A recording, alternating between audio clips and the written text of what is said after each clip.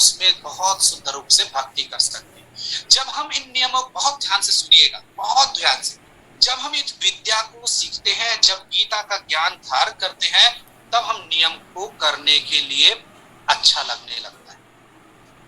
बहुत ध्यान से सुनिएगा, जब गीता भागवत का पाठ करते हैं, सत्संग करते हैं, तब हम इन नियम को करने में हमें सहजता और सरलता अनुभव होती है। और जब हम इन नियमों का पालन करने लगते हैं तो ये भगवत गीता और भागवतम हमारे हृदय में स्थापित होने लगते हैं, दोनों एक दूसरे से जुड़े हुए। कैसे, इसको समझाने के लिए मैं आपको एक उदाहरण देता हूँ। जो बीमार रहता है उसको डॉक्टर क्या बोलते हैं? खाने के बाद दवाई खाना, यही बोलते हैं? नहीं बोलते? ये दवाई खाइएगा खाना खाने के बाद, बोलते हैं नहीं बोलते? बोलते हैं प्रभु जी। और क्या बोलते हैं? और उस बीमार आदमी को खाने की इच्छा नहीं होती, तो खाने की इच्छा नहीं हो रही है, वो ठीक कब होगा? जब उस दवाई को खाएगा। और वो दवाई कब खाएगा? जब वो खाना खाएगा। देख रहे हैं आप, दोनों लिंक है ना। तो उसको खाली पेट का दवाई दे देती है।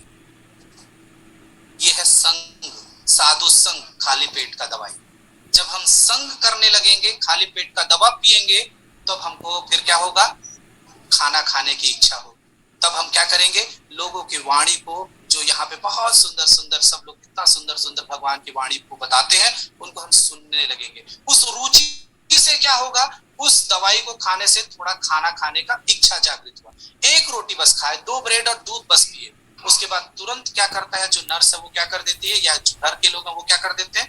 दवाई खिला। जब उस दवाई को खाते हैं तो क्या होता है? हमारे शरीर में वो फर्क पड़ता है और फिर हम दोबारा अच्छा खाना खाने, और ज्यादा खाना खाने के लिए फिर हम क्या करते हैं? अब 2 रोटी खा सकता हूं, अब 2 रोटी खाए तो फिर दवाई खिलाए, तो रोटी खाते हैं, दवाई खाते हैं, दवाई खाते हैं, रोटी खाते हैं, दवाई खाते, अब क्या हो? बस। और यही करते करते वो कब ठीक हो जाता है उसे भी पता नहीं चलता। ऐसे ही हम सब चर्चा करते हैं, भगवान की कथा का श्रवण करते हैं। श्रवण करने से हमें नियम का पालन करने में बड़ी सरलता और सहजता होती है। कितना सुंदर अभी परिमिता माता जी बोलती है, मैं तो चाय छोड़ दी, कॉफी छोड़ दी, कितना, और बोलती इसको छोड़ने में मुझे कोई कष्ट भी नहीं।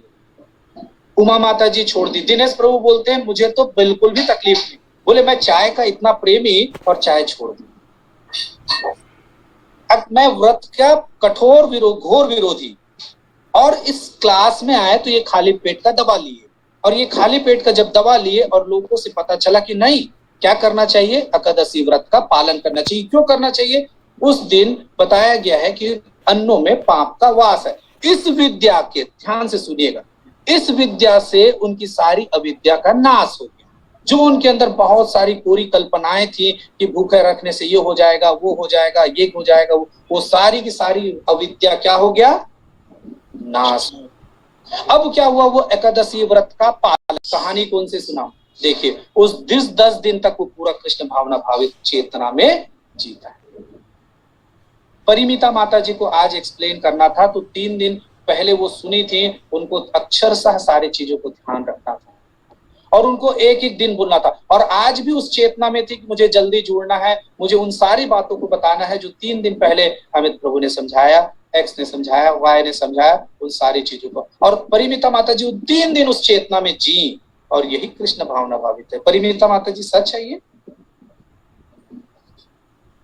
बिल्कुल सही है प्रभु जी। आप समझ रहे हैं? अपने स्वार्थ से ये समरी लेने का इन्हें बोला कि मैं इसे रिवीजन करती रहूं। बहुत सुंदर, अद्भुत। ये सेवा भगवान की प्रसन्नता के लिए। और देखिए तो आपको कृष्ण ने आपको इस ओर मोड़ा क्यों? क्योंकि आप नियमों का पालन करने लगे। आप पहले जुड़े थे, केवल सुनना अच्छा लगता है करके, लेकिन अब बोलना अच्छा लगता है। कल आप कथा करने लगेंगे और होगा, इसको दुनिया की कोई ताकत रोक ही नहीं सकता। जो जितना सुंदर सुनेगा वो उतना सुंदर कथा कहेगा, क्योंकि जो सुना है वो हृदय में स्थापित हो गया, और जो हृदय में है उसको मुंह से निकलना ही है। यदि आप रोज लगातार गाना सुनते हैं तो बाथरूम में जाके गाना गुनगुनाने लगते हैं, चाहे या ना चाहे।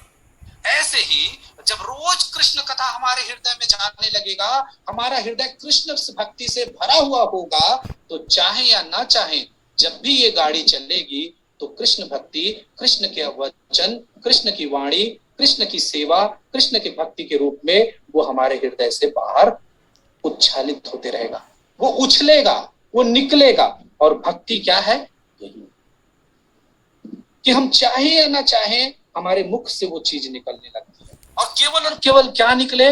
भगवान श्री कृष्ण की सेवा के बारे में, कृष्ण की भक्ति के बारे में, कृष्ण के को प्रचार करने में, उसके नाम को प्रचार। जिस दिन ये निकलने लगे, समझिए कि हमारी भक्ति ठीक चल रही। तो इतना सुंदर ये ज्ञान, ये एक चीज दूसरे से संबंधित है। तो जब हम कृष्ण ज्ञान से परिपूर्ण हो गए, हम ये जान गए कि भगवान सर्व कारण कारण, अनादिर आदिर गोविंदम सर्व कारण कारण। तो भगवान ही सर्व कारणों के कारण है, ये जान गए तो हम कर्म बंधन से मुक्त हो गए। कैसे कर्म बंधन से मुक्त हो गए? अरे मैं तो सोचता था आज तक मैं कर रहा हूं, लेकिन अब मुझे पता चला कि भगवान ही सब कुछ करते हैं। तो जब भगवान सब कुछ करते हैं तो मेरा कर्ता भाव खत्म हो गया। तो कुछ हुआ तो भगवान की कृपा से, और कुछ ना हुआ तो भगवान की इच्छा से। देखिए मैंने करता, जैसे ही वो ज्ञान प्राप्त हुआ कि भगवान इस सब कारणों के कारण है, राग और द्वेष दोनों से मुक्त हो गया। जिसने इस ज्ञान को पाया वो मोह से मुक्त हो गया, कर्म बंधन से स्वमेव मुक्त हो गया। तो यहाँ पे बताई गई है। और कितना सुंदर इसमें आगे बता रहे हैं कि जैसे हम अंधेरे में हैं, बहुत ध्यान से सुनिएगा, बहुत अच्छा एग्जाम्पल मैं आपके बीच में रख रहा हूं। अंधेरे पे हैं और कुछ आपके पैर में टच होता है और आप जोर से चिल्लाते हैं और चिल्ला के हो सकता है कई बार भागते भी। ऐसा कई बार हुआ आपके साथ? और जब आपकी माँ या आप स्वयं या और कोई लाइट जलाता है और बाद में पता चलता है कि वो केवल तो रस्सी था, लेकिन आप उससे क्यों चमके?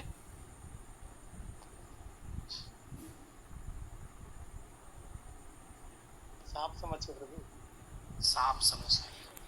आप समझ रहे हैं, मेरी बात समझने का प्रयास कीजिएगा। बहुत इंपॉर्टेंट बात। क्या आपने सांप क्यों समझा?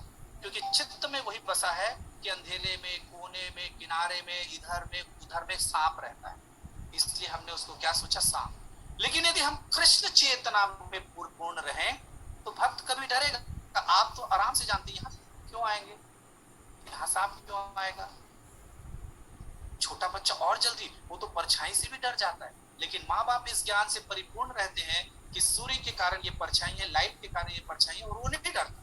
लेकिन छोटा बच्चा डरता, मतलब उसमें जब ज्ञान आता है तो वही अविद्या का नाश होता है। ये बहुत इंपॉर्टेंट। तो हम अपनी अविद्या को, अपने काम, क्रोध, मोह, लोभ, मद, मत्सर, ये जो सारे कारण हैं, इनसे कब हम मुक्त हो जाएंगे? जब हम गीता के ज्ञान से, और जैसे ही गीता के ज्ञान से पूर्ण होंगे, ये सारे के सारे जो अज्ञानता है वो उसी तरीके से, जैसी लाइट आने से हम तत्व की चीजों को समझ पाए कि वो सांप नहीं रस्सी। उसी प्रकार से हम जब गीता के ज्ञान से पूर्ण हो जाएंगे तो हम समझ जाएंगे कि कौन क्या है। ये आत्मा है, ये कौन है? अभी हम देखते हैं ये बंगाली है, ये मराठी है, ये आदमी है, ये औरत है, ये बड़ा है, ये छोटा है, ये काला है, ये गोरा है। हम उसको आत्म तत्व में नहीं देख पाते। हम क्या हुआ, जैसे हमें बोलते हैं बुखार आया, डॉक्टर क्या बोलता है? Viral infection. डॉक्टर कभी बोलता है? डॉक्टर क्या बोलता है? तत्व के ज्ञान से परिपूर्ण होते हैं। डॉक्टर हम में से कोई अलग दिखते हैं क्या? उनके सींग निकले रहते हैं क्या?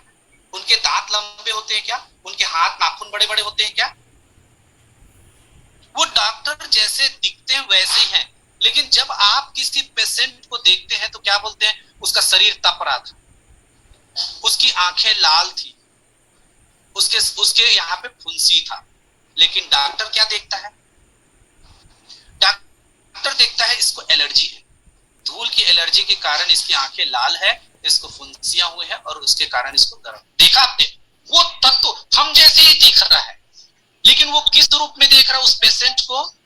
उसके वास्तविक स्वरूप में। बहुत इंपॉर्टेंट बात। इसी तरीके से जब हम भक्ति करते हैं तो भक्त कैसे देखता है, ये मैं उदाहरण के माध्यम से आपके बीच